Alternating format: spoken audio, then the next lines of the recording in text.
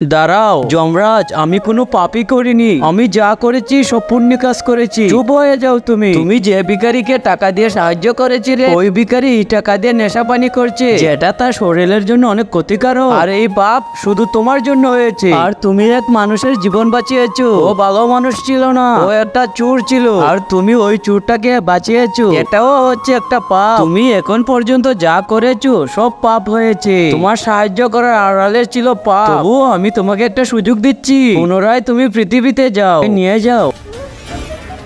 আমার অনেক ক্ষুধা পেয়েছে, আমি খাবো। ওকে আমি কিছু টাকা দিয়ে সাহায্য করব। ওকে যদি আমি টাকা দিই তাহলে তো ও নেশা পানি করতে পারে না। ওকে আমি টাকা দেবো না। যম সেনাপতি, আমি আসছি।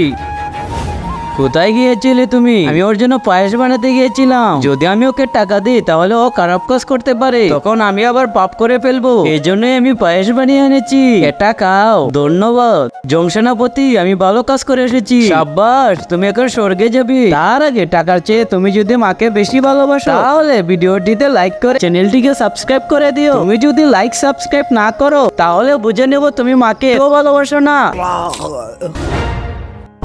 শালা, তুই ওকে পায়েস খেতে দিলি আর ও মরে গেল। শালা, নরকে চল।